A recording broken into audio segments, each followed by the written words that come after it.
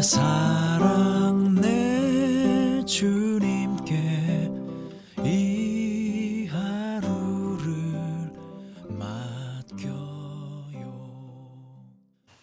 사람들은 교회를 왜 다니느냐 라고 물으면 아마 가장 많은 대답이 위로를 얻고 또 마음의 평안을 얻기 위해서 나는 교회를 다닌다, 신앙생활 한다, 이렇게 대답을 하죠. 맞습니다. 상당수의 사람들이 그렇게 그런 점을 기대하고 교회를 출입을 하고 믿음을 아마 갖게 되는 계기가 되지 않나 싶습니다. 또 어떤 분들은 내가 교회를 다니고 하나님을 믿음으로 해서 내가 원하는 것을 얻기를 원해서 나는 교회를 다닌다, 이렇게 말씀하시는 분도 있습니다. 그러니까 사람들이 대체로 왜 신앙을 갖느냐, 왜 교회를 다니느냐라고 물으면 위로를 얻기 위해서, 하나님 말씀, 설교를 통해서, 또는 그 예배를 통해서 마음의 평안을 얻을 수 있으니까, 또는 내가 소원하는 바를 하나님 앞에 이룸받기 위해서, 대체로 이런 종류의 반로로 이제 신앙생활을 하게 되지 않겠습니까? 근데 가장 중요한 것이 빠졌습니다. 진짜 중요한 것, 근본적인 것. 왜 교회를 다니고 왜 믿음 생활을 하느냐? 영원한 생명을 얻기 위해서잖아요. 우리가 하나님의 나라에서 하나님과 영원히 살기 위해서 신앙생활을 하는 건데, 그 출발, 내가 교회를 다니게 된 동기, 신앙생활을 하게 된 동기만 자꾸 생각하다 보니까 나는 내가 하는 일을 보장받기 위해서, 성공하기 위해서 내가 교회를 다니고 하나님 믿는다, 또는 내가 삶에 찌들고 힘들어 교회 나가는 순간만큼은, 예배 드리는 순간만큼은 난 마음의 평안을 얻고 또 내가 힘든 것 좀 잊을 수 있는 위로를 받고 싶어. 여기에 너무 방점을 두다 보니까 진짜 정작 그 끝에 이르러야 할 영원한 생명을 향한 기본이 신앙인데 우리가 여기에 대해서 생각을 잘 않게 되더라는 것이죠. 그러니까 성경을 읽을 때, 내가 위로를 얻기 위해서 성경을 읽을 때, 성경을 읽으면 위로에 대한 말씀은 그러지만 사실 그게 본질은 아니라는 것입니다. 평안을 얻기 위해서 성경을 읽으면 잠시 평안할 수 있지만, 그러나 그 평안이 정말 신앙의 전부냐 아니라는 것이죠. 어떤 분은 자기가 하는 일을 놓고 성공하기 위해서 하나님이 지금 이 일을 나로 하여금 성공하기 위해서 나를 믿음을 주셨는데, 그렇다면 그 말씀에 보장을 받아야 되겠다, 그런 관점으로 성경을 읽으면 성경의 신앙에 성공한 사람들, 다윗의 성공, 아브라함의 적을 물리친 이야기, 솔로몬의 영화와 성전을 지은 성공기만 쭉쭉쭉 들어오지 다른 것은 안 들어올 것입니다. 그런 것들은 다 부분적인 것이지 전부는 아니라는 것이죠. 진짜는 가장 기본적인 우리가 신앙생활하는 이유는 영원한 생명을 얻기 위해서 우리는 신앙생활을 한다는 것입니다. 그런 관점으로 성경을 읽으면, 그런 관점으로 우리가 예배를 대하면, 그런 관점으로 기도를 드리면 우리가 의문으로 남겨두었던 것들, 또는 답이 되지 않아서 일단 고려해 두었던 모든 것들의 해답이 한 번에 풀리게 됩니다. 오늘 우리가 함께 읽은 전도서의 본문과 또 신약에서 예수님께서 말씀하신 평안과 쉼과 멍에 대해서 이게 잘 안 와닿잖아요. 안 맞잖아요. 근데 영원한 생명이라는 관점에서 읽어보면 답이 다 틀립니다. 너희들이 나한테 오면, 다시 말해서 교회에 나오고 믿음을 갖게 되면 이라는 말이죠. 너희들이 나한테 오면 내가 멍에를 너희 어깨에 지워줄 거야, 이 얘기입니다. 주님이 마태복음 하신 말씀은, 아니 쉼을 얻기 위해서 예배에 나왔고 평안을 얻기 위해서 우리가 믿음을 갖게 되었는데, 그래서 예수도 알고 하나님을 알게 되었는데, 그 알게 된 예수님이 우리에게 하시는 말씀이, 너희들이 나한테 오면 내가 멍에를 너희 어깨에 지워줄 것이다. 이게 무슨 말입니까?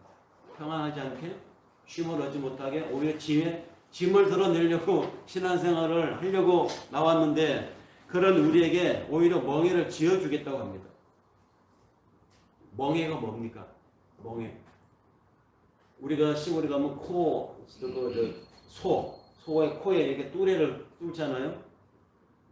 그러니까 소 주인은 그 뚜레를 뚫은 소의 코에 뚜레 뚫은 그거를 좌우로 당기면서 소를 이렇게 가게 하고 저렇게 가게 할 수 있어요. 멍에가 그겁니다. 멍에는 속박입니다. 구속입니다. 한마디로 멍에는 그 멍에를 띄워준 주인이 원하는 대로 오른쪽으로 가라고 그러면 오른쪽으로 갈 수밖에 없고 왼쪽으로 가라고 그러면 왼쪽으로 갈 수밖에 없는 것이 멍에입니다. 그런데 그 멍에를 우리에게 지어주신다는 겁니다. 결박을 지어주시겠다고 말씀하십니다. 그리고는 그렇게 해놓고 그 상태를 가리켜서 주님은 쉼이다 이렇게 말합니다. 이것이 바로 쉼이다. 이해가 안 되죠?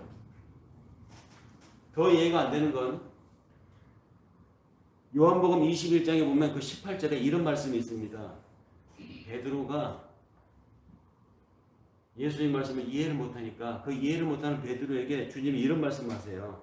네가 젊어서는 네 마음대로 띠를 띠고 네가 원하는 곳으로 저기도 가고 여기도 가고 다 돌아다녔지만 네가 늙어서는 네 팔을 나한테 벌리리니 그렇게 되면은 네가 원치 않는 곳으로 네가 띄워진 채로 가게 될 것이다.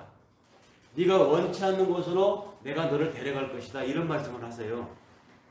신앙생활하면 편안하고 더 힘들었을 때 위로를 받고 더 나가서 내가 원하는 것을 주님이 팡팡 들어줘서 정말 신앙할 맛, 하나님 믿을 맛이 짱짱 얘가 솟아나게 하는 줄 알았는데 그게 아니라 뭐 예수를 믿으면 예수에게 나오면 하나님께 나오면 멍에를 씌워주고 거기다가 짐까지 지어준다고 그리고는 그것을 평안이라고 그것은 마치 확인이라도 시켜주는 것처럼 베드로에게 젊어서는 네가 스스로 띠띠우고 원하는 곳으로 다녔거니와 늙어서는 네 팔을 벌리리니 남이 네게 띠띠우고 원치 아니하는 곳으로 데려간다. 내 인생을 그렇게 만들어주시겠다? 이해가 안 되죠? 어려운 말입니다.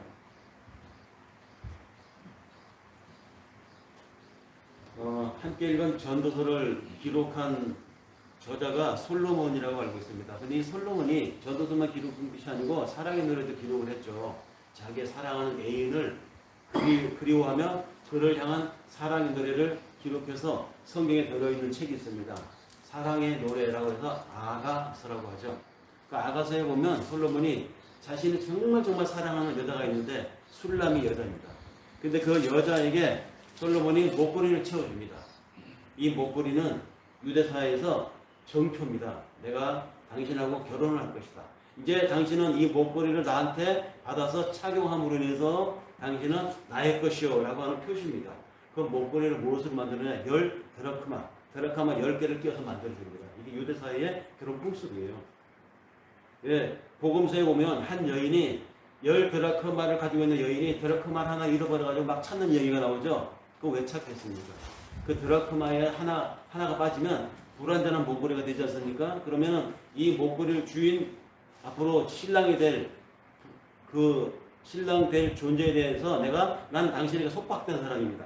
나는 이제 당신의 것입니다. 난 당신에게 결박된 인생이에요. 이런 표시의 드라크마 목걸이인데 그 드라크마 하나 빠져갖고 잊어버리게 되면 불완전한 목걸이입니다. 이것은 신랑에 대한 온전한 정결 표식의 결함이 되는 겁니다. 그래서 그 드라크마를 잃어버린 여인이 불을 켜고 그 드라크마를 찾는 겁니다. 그것을 목에 차는 순간 남편이 이끄는 대로 끌려가겠다. 남편이 이끄는 대로 나는 순종하겠다. 이런 표시입니다. 그래서 성경에는 곳곳에서 하나님을 신랑이라고 표시하고 우리 교회를 가리켜서 신부라고 표시합니다. 신랑이 오기를 기다리고 등불을 켜고 기름이 떨어뜨리지 않도록 준비된 신부들의 이야기가 나오고 신랑이 언제 올지 모르니까 모르겠다. 일단 쉬자라고 해서 마음 놓고 있던 준비가 되지 않은 열처녀 이야기가 나오죠. 그런 이야기처럼 성경 곳곳에서는 우리 교회들을 가리켜서 하나님의 신부라고 묘사를 합니다. 술람이 여인 이야기, 솔로몬의 사랑의 이야기, 이 굉장히 육감적이고 섹시한 이야기인데요. 이런 얘기가 어쩌자고 성경에 들어가 있겠습니까? 성경은 아브라함의 이야기, 솔로몬의 사랑의 이야기, 다윗의 성공기 모든 이야기가 다 뭐냐? 하나님의 구원의 이야기를 상징을 해서 거기에 넣어놓은 것입니다. 아가서도 그런 구원의 관점에서 읽어야 된다는 것이죠. 하나님이 우리를 사랑하시는데 그만큼 솔로몬이 자기 신부를 사랑하는 것처럼 신랑 하나님이 신부인 우리 교회 한 사람 한 사람을 그렇게 사랑한다. 그래서 나가서가 성경에 들어간 일입니다. 그러므로 창조자이신 하나님은 우리 인간에게 드라크마 목걸이를 주신 분이에요. 우리는 그분의 신부였습니다. 우리는 창조자의 피조물이었어요. 그 창조자의 피조물 중에서 가장 하나님이 지으시고 보시기에 좋았더라. 심히 좋았다. 부사까지 넣으면서 당신의 형상과 당신의 모양을 따라서 만든 우리 사람이었습니다. 그런 피조물이었는데 우리가 언제부터인가 하나님 앞에 이딱선을 탄 것이죠. 이딱선을 타서 이딱선을 탄 김에 자꾸 하나님과 더 척을 져갑니다. 그래서 하나님과 상관없는 문화를 만들고 하나님과 거리가 먼 우리들의 사고를 굳혀갖고 그렇게 세월이 쌓이고 그렇게 문화가 쌓이고 그렇게 우리의 사고방식이 축적되어서 이제는 하나님과 상관없는 삶을 당연한 상식으로 여기고 살아온 것이 오늘 우리들입니다. 우리 사람들이 교만해져서 하나님이 우리에게 주신 이 드라크마 목걸이를 받은 존재라는 것을 잊어버리고 드라크마 하나가 빠지면 그 불을 찾아서 내가 하나님 앞에 드라크마를 받은 하나님의 속박된 존재임을 알아야 되는데 찾아야 되는데 찾을 생각도 안 할 뿐더러 아예 내가 언제 그런 드라크마 목걸이를 받았더냐 하나님께 이것조차도 잊어버리고 산다는 것이죠. 하나님 우리 인생에 상관없는 존재, 하나님 사람들이 피곤하니까 만들어낸 존재, 하나님 사람들이 무서우니까 상상으로 만들어내서 위안을 받고자 하는 허구의 존재라고까지 창조자를 무시하고 잊어버리려고 하는 것이 오늘의 우리 사람들입니다. 머리가 커지고 목이 뻣뻣해지고 자기 삶에 자기만을 위해서 위한 삶을 살아 얻어 보니까 그런 우리들에게, 그런 삶에 젖어온 우리들에게 이 내가 멍에를 줄 것이다. 그 멍에를 너에게 지어줄 거야. 그리고 그렇게 지어준 그 상태를 가르쳐서 주님이 내가 이렇게 지어준 이 멍에는 가볍고 내 짐은 쉽다. 이렇게 말씀하시니 이해가 될 리가 없죠. 오히려 혹을 떼려고 교회 왔는데 혹을 더 부수갖고 가라는 말이니까 반발심이 나올 수 있는 말입니다. 납득이 되지 않는다는 말이죠. 내가 내 인생을 내 주체적으로 내가 결정해서 내가 알아서 살아야 되는데 내 책임을 살아야 되는 것이 맞는 것이지 어떻게 자기 인생을 하나님이 결정하시고 하나님이 주체적인 우리는 종속적이라니 있을 수 없어. 당연히 이렇게 반발이 나옵니다. 왜? 우리는 그렇게 누적된 죄의 삶을 죄의 문명 속에서 살아온 것이 우리의 상식이 되어버렸기 때문입니다. 그런데 성경을 제대로 읽어보면요 그거 전부 뒤집어야 돼요. 처음부터. 그런 우리에게 하나님이 당신의 이치, 영원한 생명을 향해서 살아가는 사람들의 삶의 구도를 전달하려고 하니 얼마나 어려웠겠어요. 이해가 되지 않으니. 이해가 되지 않는 이에게 이해를 시키려고 하니 얼마나 힘들겠습니까? 전에 과외를 해보고 이 교회 초기에 학원이었지 않습니까?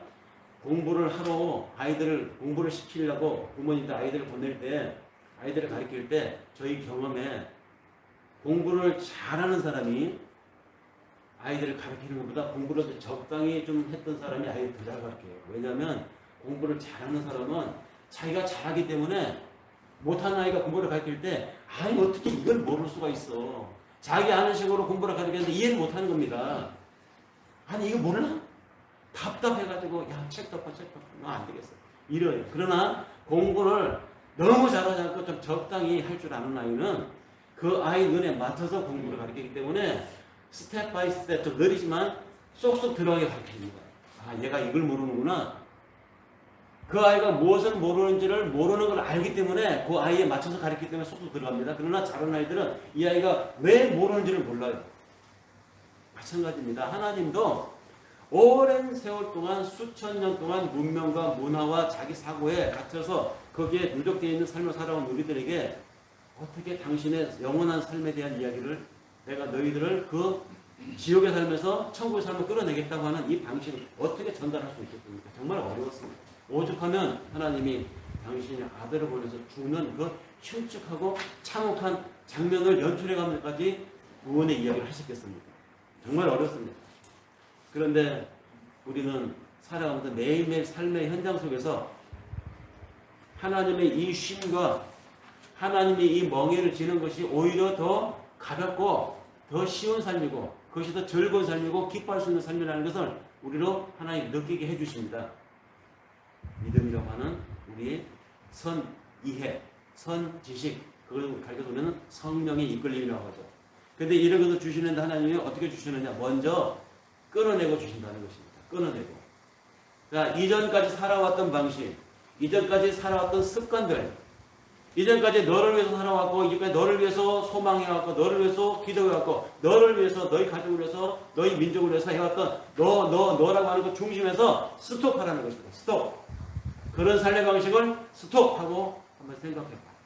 그런 것을 스톱하고 기도해봐. 그런 것을 다 멈추고 말씀을 한번 읽어봐. 그런 것을 다 멈추고 예배에 참여해서 하나님의 설교를 한번 들어봐라. 일단 주님은 그런 힘을 주시는데 끊어내고 주신다는 것이죠. 왜 끊어내고 주실까요? 그걸 끊어내지 않으면 살아오던 방식으로 우리가 하나님의 말씀을 이해하려고 하기 때문입니다. 그래서 만약에 끊어내지 않고 하나님의 말씀을 이해하려고 하게 되면 어떤 일이 일어나는지 아십니까? 하나님도 나를 위해서 존재해야 된다 이렇게 얘기가 나와요. 내가 하나님을 위해서 존재하는 인생이다 이게 아니라 하나님조차도 십자가조차도 나의 성공을 위해서 있어야 된다는 것입니다. 그러니까 교회에서 이상한 기도를 하잖아요. 교회 다니는 사람들이 하나님 주시옵소서 주시옵소서 주시옵소서 안 주면 어떡할래? 이 일에 역사하여 주시옵소서 내 아이의 성공을 주님께 맡깁니다. 꼭 이루게 해주십시오. 그런데 이루게 해달라고 하는 그 근저에 뭐가 있습니까? 자기가 원하는 방식으로 이루어달라는 거잖아요. 하나님의 계획은 사실은 무너지고 깨지고 그 깨지고 나서 진짜 하늘을 바라볼 수 있는 사람으로 만들 하나님의 계획이 있는데 기도하는 사람은 내 자식이 성공하기를 바라는 방향으로 이미 정해놓고 기도를 하는 것입니다. 그게 뭡니까? 끊어내지 않고 하나님을 구하면 끊어내지 않고 힘을 주면 그에게 멍해일 뿐입니다. 더 가중한 짐이 될 뿐인 것입니다. 그래서 하나님은 끊어내고 주십니다. 많은 사람들이 교회를 다니고 지금도 신앙생활을 한다고 하지만 그러나 그들하고 이야기를 해보면 그들이 삶이 힘들다고 이야기합니다. 많은 사람들이 여전히 현실에 자기가 원하는 바를 신앙한다고 하면서도 하나님 앞에 그것이 하나님 이루어 주십시오 하고 기도하고 있기 때문입니다. 여전히 자신이 원하는 현실적 욕망을 이루고자 하는 바가 그에게 남아있기 때문에 그 사람의 삶이 힘들다는 말이죠. 우리 다 마찬가지입니다. 저를 포함해서 우리 모두는 다 우리 속에 신앙을 가지고 있지만 한편으로는 여전히 우리가 원하는 욕망이 있습니다. 그러나 원하는 바 그 욕망이 채워지지 않으니까 고민을 하는 것이고 여전히 우리 삶이 힘든 것입니다. 함께 읽었지만 전도서에 그렇잖아요. 전도서 1장 8절에서 우리가 읽었죠. 모든 만물이 피곤하다는 것을 사람이 말로 다 할 수가 없나니 눈은 봐도 족함이 없고 귀는 들어도 가득 차지 아니하는도다. 내가 보는 저것 나도 저것만큼만 됐으면 좋겠어 하고 되어보니까 내가 본 대로 되어보니 만족하던가요? 잠깐은 만족하지만 또 다른 것이 눈에 들어옵니다. 그래서 눈은 보아도 차지 않는 것입니다. 좋은 것을 듣고 좋은 것을 입고 좋은 것을 먹어 마찬가지라는 것이죠. 그래서 이런 만족이 없는 피곤함만 더하는 이 만물의 운행 속에서 우리가 살아왔습니다. 또 우리가 그 중에 한 부분으로 우리 역시 추구하면서 살아왔습니다. 매번 자기가 원하는 어떤 것이 있어 왔다는 것이죠. 입는 것에서부터 시작해서 먹는 것, 내가 사는 거주 공간에서부터 시작해서 그 공간을 내가 만족할 만한 것을 얻었으면 나의 이 성공을 사람들이 알아주기를 바라는 사람들의 관심, 더 나가서 내가 저 사람들을 오라고 그러면 오고 내가 저 사람 보고 가라고 그러면 갈 수 있는 사람을 부릴 수 있는 권력까지 갖기를 원하는 것에서부터 시작해서 사소하기로는 일상사의 작은 소망까지 우리는 우리 속에 원하는 바를 가지고 있습니다.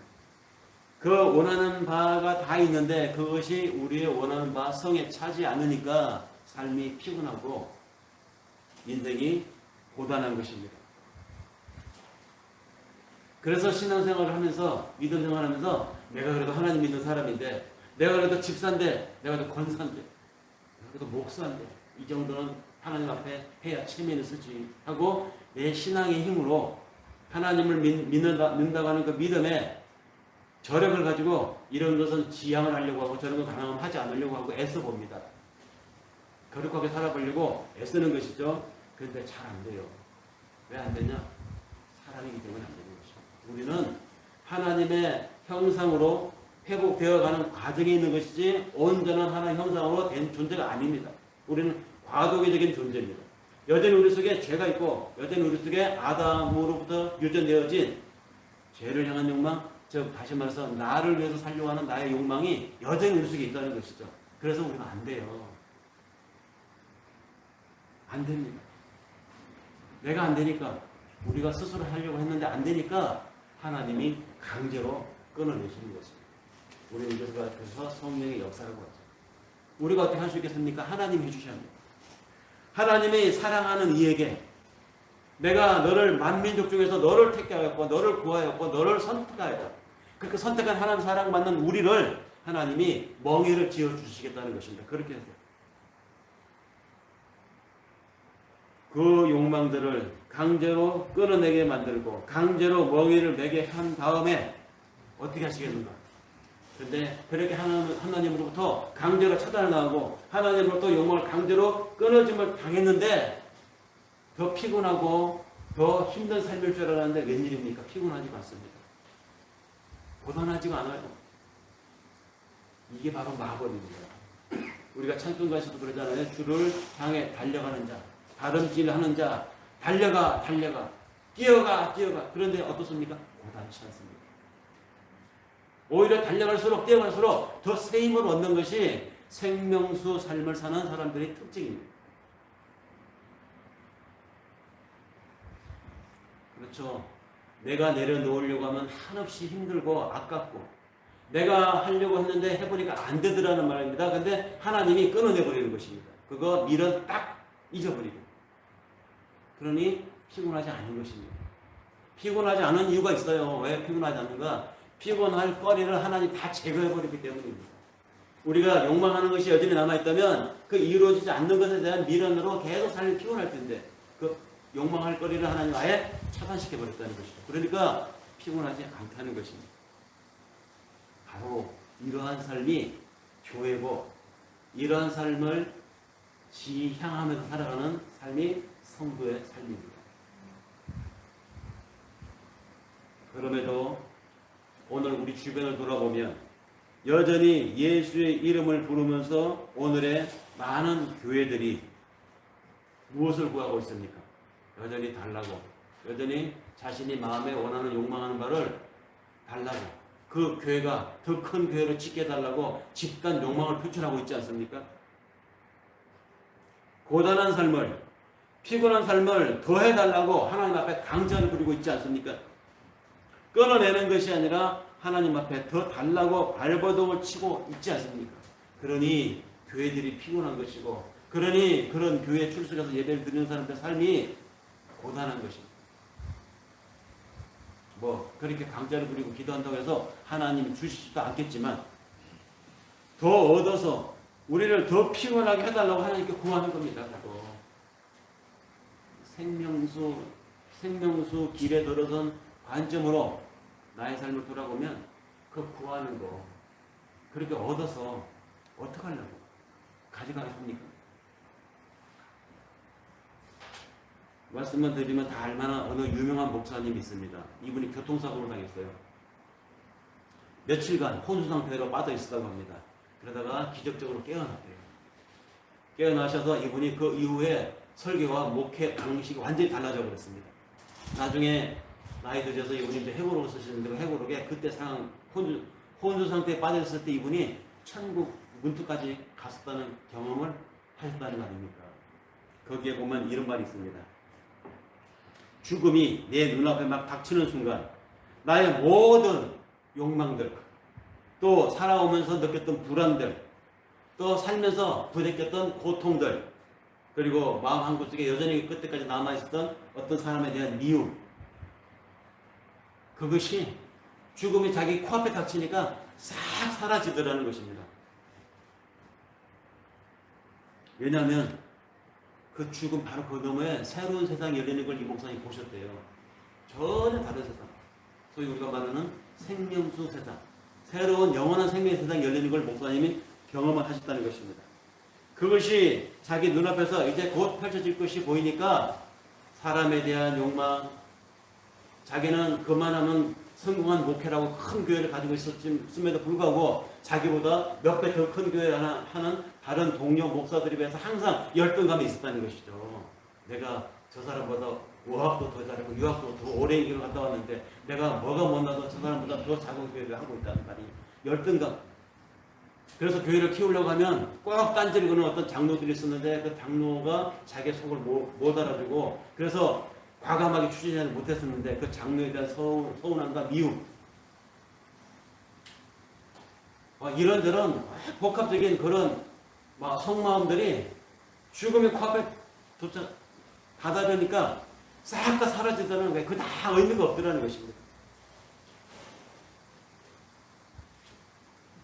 사실 지금도 수많은 사람들이 자신이 이루지 못한 것에 대한 안타까움과 열등감과 그거에 대한 미련 때문에 오늘의 삶을 피곤하게 살고 있지 않습니까? 지금도 그렇잖아요. 우리 속에 담아 있을 것입니다. 그것 때문에 오늘날 사람들이 얼마나 더 힘들게 살고 있는가? 용서하지 못해서 고통스러워하고 고통스럽게 살고 있고 상대적 궁핍으로 부끄러워하며 살고 있고 그 모든 것들이 그런데 죽음 앞에서는 다 아무것도 아니더라는 이 목사님의 자서전속의 한 부분이 우리의 일상 속에서도 경험될 수 있기를 바랍니다. 죽음 저편에 다른 세계가 보이는데 이 세상에서 저 세상으로 넘어가면 다 소멸된다는 것입니다. 의미가 없어진다는 것입니다. 근데 그것을 그 죽는 순간에 코앞에 포주 상태에 빠졌을 때 그때 가서야 꼭 알아야 되겠냐고요. 우리가 이런 목사님처럼 이런 경험을 하려면 다 교통사고를 당해가지고 죽음 직전까지 꼭 가야 되겠습니까? 하나님은 그 지경까지 만들지 않고도 우리에게 주십니다. 그런 것을 알도록 경험하도록 어떻게 해요? 쉼을 주기 전에 먼저 끊어내심으로. 우리는 그것을 다른 용어로 가르쳐서 십자가에 죽고 주님의 부활을 다시 산다 하고 얘기하지 않습니까? 우리는 매일 죽고 매일 다시 사는 것입니다. 죽고 다시 살아난 존재들이 바로 우리 믿음의 신자들이죠. 우리들입니다. 내 감정을 지배하고 내 삶의 방향을 휘둘러왔던 이전 삶의 방식들, 소위 옛사람, 옛사고, 그것이 이제 나와 상관없는 것으로 만들어버리는 것이 바로 십자가입니다. 그래서 우리가 죽는 겁니다. 그것을 하나님이 끊어낸다라고 표현을 하시죠. 끊어낸다.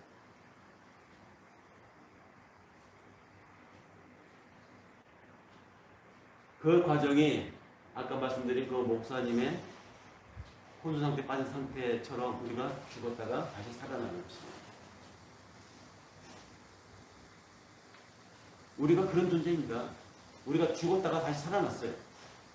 우리는 이제 하나님의 천국의 가치를 지향하는 그걸 바라보고 살아가야 하는 존재입니다. 그럼에도 불구하고 왜 여전히 오늘도 또 지난 한 주간도 우리 삶은 피곤하고 고단했을까요? 우리 속에 아직 내가 덜 죽었기 때문입니다. 완전히 죽지 못했기 때문입니다. 그래서 아까도 말씀드렸지만 내가 자발적으로 그렇게 돼야 되는데 그렇게 되고 싶은데 안 돼요. 안 돼. 그게 안 되니까 하나님이 강제로 우리를 죽여주신다는 말입니다. 강제로 끊어내신다는 말입니다. 나를 대신해서 나를 죽여주십니다. 내가 완전히 죽지 않았기 때문에 그래서 하나님의 나라를 소망하고 있지 않으니까 그래서 천국의 가치를 추구하고 살고 있지 않으니까 우리 삶이 이렇게 피곤하고 여전히 내 욕망이 한쪽에 살아서 꿈틀거리는 그러니까 내 인생이 고단할 수밖에 없는데 그래서 하나님이 우리에게 쉼을 주기 위해서 끊어내시는 것이죠. 여전히 교회를 다니고 있으면서 여전히 신앙생활을 하고 있으면서도 사람들은 세상과 승부를 보려고 합니다. 하나님을 믿는다고 하면서 여전히 세상과 결판을 보려고 합니다. 정말 그렇게 계속 살아가면 고단할 수밖에 없어요. 전도서 기자가 말하지 않습니까? 솔로몬만큼 영화를 누린 인생이 있겠습니까? 솔로몬만큼 많이 아는 사람이 있었겠습니까? 그런 솔로몬 자기 인생을 돌아봤을 때 한마디로 뭐라고 얘기합니까?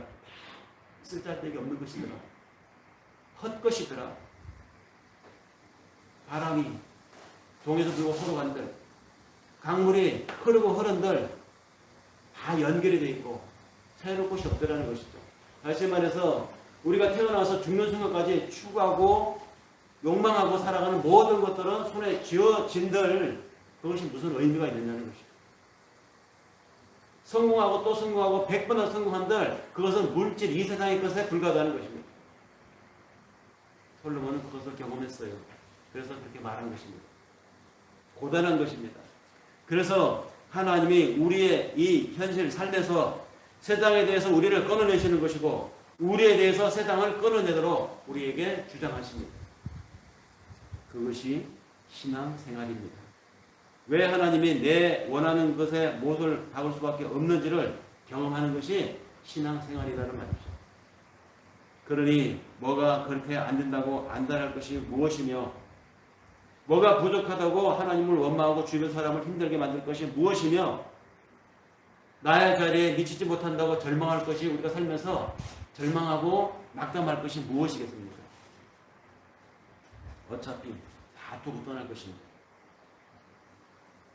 이런 신앙생활을 우리가 매일매일 하나님 앞에 반복하면서 살아가는 것이죠. 어쩌면 우리는 이 교회 예배를 마치고 이제 나서는 순간 다음 월요일 한 주간부터 또 우리 삶에서 야곱이 약복강가에서 하나님과 전투했던 그 전투가 우리의 생활 속에서 일주일 내내 매 시간마다 일어날 수 있습니다.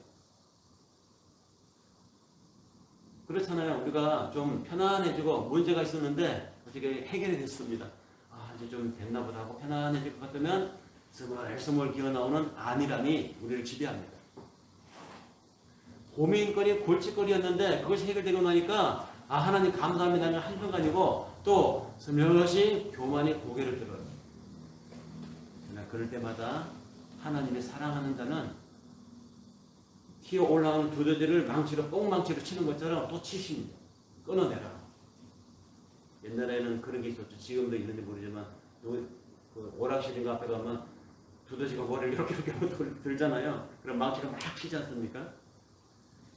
두더지가 머리를 쳐들고 올라오는 것처럼 우리 속에 항상 우리의 문제가 해결되면 안일함이, 문제가 생기면 두려움이, 불안이 계속 우리를 이렇게 죽는 날까지 이렇게 반복이 되는 것입니다. 약복강가에서 야곱이 씨름했던 그 씨름이 계속 죽는 날까지 된다는 것이죠. 근데 하나님은 그런 과정을 통해서 우리에게 신앙생활의 묘미를 보여주시니 이것이 은혜가 아니겠습니까? 두더지 잡듯이 때리고 또 때리면서 너 죽어 하고 끊어내십니다. 그러면서 그것이 신앙생활이고 바로 그것이 하나님 안에서 쉼이라고 하는 것을 우리에게 알려주신다는 말이죠. 그러니 엉뚱한 것 같고 하나님을 원망하는 우리의 이 부족함을 오히려 하나님 앞에 고백해야 되지 않겠습니까? 수고하고 무거운 짐진 인생들이 쉼을 얻는 길은 하나님이 깨트리는 것, 하나님이 부서뜨리는 것을 우리가 당하여서 나의 바램이, 내 욕심이 죽는 것입니다. 그래서 그렇게 죽음으로써 그 욕심과 욕망으로부터 우리가 자유하는 것입니다. 그 자유. 내 욕망으로부터 자유하는 것. 내 미련과 내 바램으로부터 내가 벗어나는 것. 주님은 그것을 쉼이라고 했습니다. 그것을 진리를 알지니 진리가 너희를 자유케 하리라. 그 진리입니다.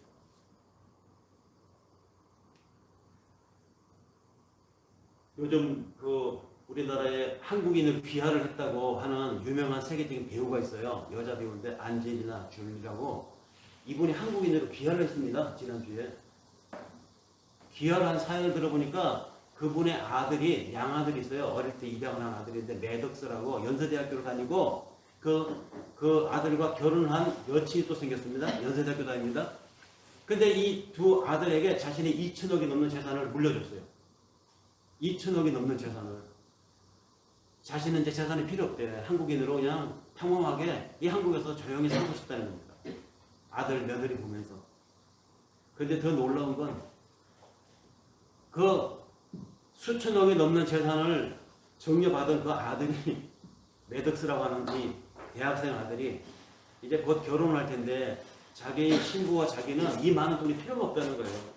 그 살 집이 있고 일할 직업을 가지고 있는 건강한 몸이 있으면 된다고. 그래서 그 어머니가 준 그 돈을 몽땅 한국의 무슨 고아원을 운영하는 사회단체에다 다 기부를 해버렸어요. 서울에 있는 고아단체, 부산에 있는 무슨 고아단체에 나눠서 기부를 한다고 하네요.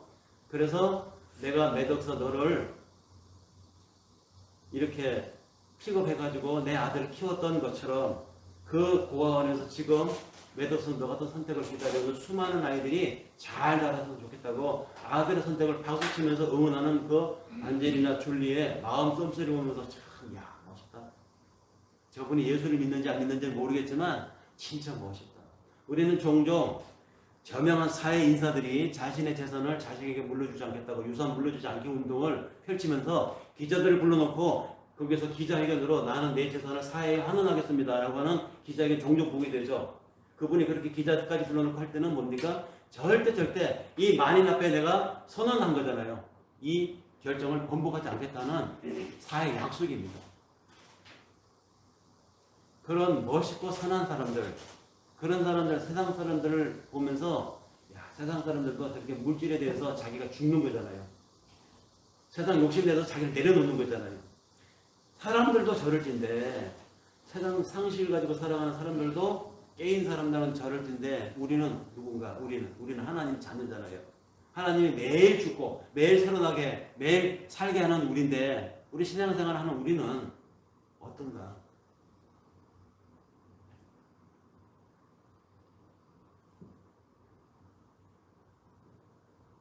진짜 자유는 육의 소욕이 죽을 때 경험하게 됩니다. 현실의 욕망과 현실의 가치를 향한 추구가 박살이 날 때 우리에게 진짜 자유가 옵니다.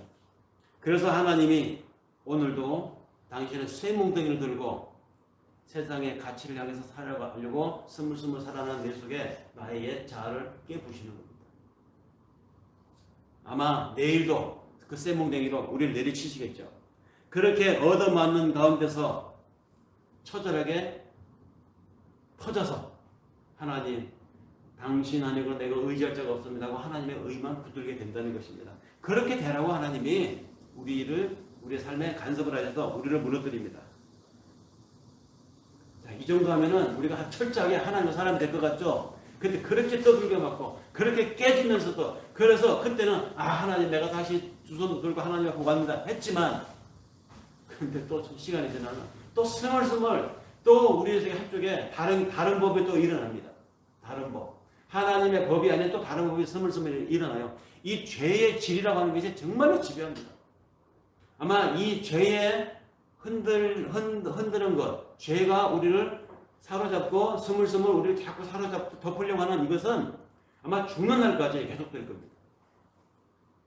바울이 그것을 체험했어요. 그래서 그것을 체험했던 바울이 로마서 7장에서 21절, 25절 이렇게 말합니다.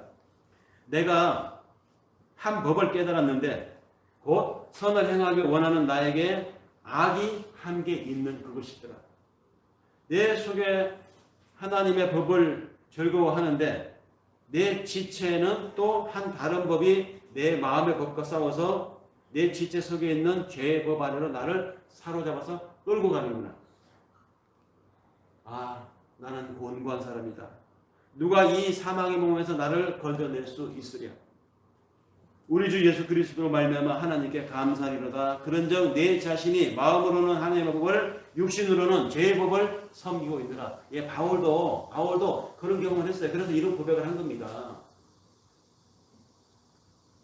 이 바울이 경험했던 이 내면의 갈등이 오늘 우리에게 똑같이 일어나고 있다는 것이죠. 교회를 다니고 있고 믿음 생활한 지가 그렇게 오래됐는데도 불구하고 그렇게 기도했는데도 불구하고 여전히 내 속에 이 전쟁이 시작되고 있습니다. 지금도 계속 되고 있는 것이죠. 갈등이 시작된 것입니다. 나를 묻으려고 하는 예수의 열심과 절대로 신앙이라고 하는 무덤에 내가 묻히지 않겠다고 하는 나의 옛자아가 내 속에서 전쟁을 벌이고 있는 것입니다. 그런데 내 마음의 법이 내 지체 속에 있는 죄의 법에게 판판이 깨집니다. 판판이. 그래서 우리가 신앙생활 함에도 불구하고 가끔 내 욕심을 앞세우고 심지어는 그것이 기도에까지 전이가 돼가지고 기도할 때도 기도 속에 하나님 이 일은 꼭 해줘야 됩니다. 하나님 저것은 꼭 나를 성공시켜 줘야 돼요. 하나님께 마치 협박을 하듯이 기도를 하곤 합니다. 바울은 사도였어요. 사도였던 거 바울도 그렇게 고백할 정도니 뭐 우리 일반 사람이 오죽하겠습니까? 마찬가지입니다. 아마 바울보다도 더 우리는 심할 겁니다. 그런데 바울이 고백했던 것처럼 오거라 나는 곤고한 사람이로다. 이 사망의 몸에서 누가 나를 좀 건져주세요. 여기에 호소가 있는 것이죠. 누가 나를 좀 건져주세요. 누굴 바라봤겠습니까? 그래서 사람은 할 수 없다. 바울 자신도 자기 자신의 사람이라는 걸 인정한 겁니다. 내가 사람이기 때문에 나로서 할 수 없다는 것이죠. 그래서 누가 나를 좀 하나님을 바라봤던 것이죠. 하나님 나를 좀 어떻게 해주세요. 하나님의 의를 그렇게 해서 붙들게 되는 것입니다. 그렇게 탄식했던 바울이 그렇게 해서 자신이 또 경험할 때 다른 말이 나오죠. 바로 그 다음 절에 반전이 나오지 않습니까? 바로 다음 절 우리 주 예수 그리스도로 말미암아 하나님께 감사하리로다. 나는 곤고한 인생인데 하나님의 의를 구하였더니 하나님이 당신의 의를 내 인생에 부어주셔서 나로 의로운 자로 만들어 주셨으니 우리 주 그리스도 그 하나님께 감사하리로다. 이런 고백이 바울에게 나왔습니다. 그 고백이 사실은 우리가 내 속에서 일어난 전쟁 속에서 우리가 똑같이 경험을 해야 한다는 것이죠. 이런 하나님의 의가 진짜 의입니다. 이런 하나님의 의와 대조되는 인간의 의, 사람의 의, 내가 어떻게 하나님 앞에 하나님 마음에 흡족한 사람이 되겠다고 하는 나의 그 의를 향한 나의 발로 있죠. 그 대단한 게 못 돼요. 사람이기 때문에. 하나님의 의가 진짜고 우리 인간의 의라는 것이 바울이 고백했던 것처럼 이렇게 초라합니다. 성경에 의에 줄이고 목마른 자는 복이 있나니 저희가 하나님의 아들이라 이름을 받을 것이라는 말씀 있죠. 그 추구하는 그 의가 뭐냐? 바로 이런 의를 말하는 것입니다. 내가 이루려고 하는 하나님의 의가 아니라 하나님 나를 들어서 불쌍히 여겨 주시옵소서고 하나님께 나의 부족함을 구하고 나의 어쩔 수 없음을 하나님 아시죠? 나를 붙잡아 주시옵소서. 이걸 구하는 것이 바로 의에 줄이고 목마른 삶이라는 것이죠. 세상에는 바르게 살기를 원하는 사람이 많습니다. 그래서 더 적극적으로 자기 인생을 던져서 정의를 구하고 민주화를 위해서 자기 인생을 던져서 투쟁을 하는 사람들이 있습니다. 사회운동, 구제운동 그런 것을 가리켜서 성경은 하나님의 의를 구하는 삶이라고 하지 않습니다. 성경에서 말하는 하나님의 의를 구하는 삶은 자신의 한계를 느끼고 자신의 어쩔 수 없음을 절감하여서 하나님 나는 부족합니다. 나를 도와주시옵소서.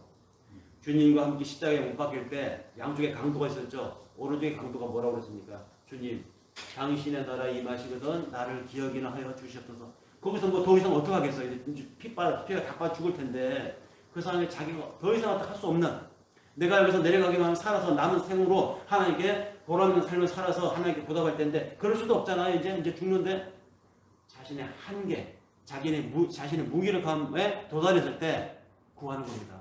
당신의 나라 임하셔서 나를 기억이나 하여 바로 요 한계를 절감하고 하나님 앞에 자기를 맡기는 것이 바로 하나님의 의를 구하는 삶입니다. 의에 줄이고 목마른 자, 자기 일을 절망하여 자기 절망을 체험하여 하나님의 의를 추구하는 자, 그런 사람이 되라고 하나님이 우리를 매일매일 죽여가십니다. 그래야 자기 의를 버리고 하나님의 의를 붙들게 되기 때문입니다. 그러니 우리는 이런 말씀을 들을 때 나의 불가능, 내 한계를 절감하여 하나님 앞에 폭로당함을 오히려 은혜로 여겨야 되는 것이죠. 하나님의 의가 전가되지 않으면 정말로 가능성이 없는 인간 자신의 실체를 보는 것, 이것이 축복입니다. 그렇게 하나님이 주시는 그 하늘의 의를 간절히 바라는 자로 우리를 매일매일 만들어 가시는 것입니다. 그러니까 하나님이 쇠몽댕이로 철장으로 우리를 부시고 깨트리고 박살을 내는 것은 오히려 그럴수록 더 하나님께 가까워지고 그럴수록 더 하나님만 바라보는 우리를 만들기 때문에 이건 축복이고 은혜입니다. 그래서 내가 주는 멍에는 가볍고 내가 주는 짐은 쉽다고 주님이 말씀하시는 것입니다. 그리고 그런 것을 가리켜서 주님이 쉼이라고 했습니다. 네, 그것이 변화입니다. 자신의 부족을 철저히 깨닫고 하나님의 의만 붙드는 상태로 변해가는 것, 그것을 우리는 변화라고 합니다. 그렇듯 하나님의 의를 붙드는 그런 간절한 부르짖음이 터져나올 때 우리가 그간 만들어냈던 것들, 또 우리가 만들려고 하는 어떤 것들, 만들어진 것, 만들려고 하는 것, 그 모든 것들을 다 뭡니까? 배설물처럼 여길 수 있는 배짱이, 배설물로 볼 수 있는 안목이 우리에게 열린다는 것이죠. 즉 하늘문이 열린다는 것입니다. 그렇게 해서 자아가, 내가 완전히 죽은 상태에서 진짜 내 속에 사시는 예수가 그때부터 내 삶을 주관하게 된다는 말이죠. 의인은 그렇게 교회라고 하는 무덤 속에서 육신의 자아의 죽음을 체험해 나가는 존재입니다. 하나님께서 그렇게 하시지 않았다면 아마 끝까지 우리는 현실의 내 목표를 위해서, 또 살아있는 내 인생의 성취를 위해서 동분서주 갈팡질팡 바쁘게 살다가 흙으로 돌아갈 무의미한 인생일 뻔했습니다. 그런 우리 인생을 우리가 신앙이라고 하는 입문을 통해서, 믿음이라고 하는 성장 과정을 통해서, 이 말씀을 통해서, 예배를 통해서 하나님, 당신이 나를 살려주셔야만 합니다. 하나님 앞에 우리를 내놓을 수 있는 존재가 되었으니 얼마나 감사합니까? 그런 인생으로 초대를 받고 그런 구원으로 하나님의 창함을 받은 우리 속에 예수가 살아 역사하는 여러분들이 되기를 바라면서 이 말씀을 전합니다. 기도하겠습니다.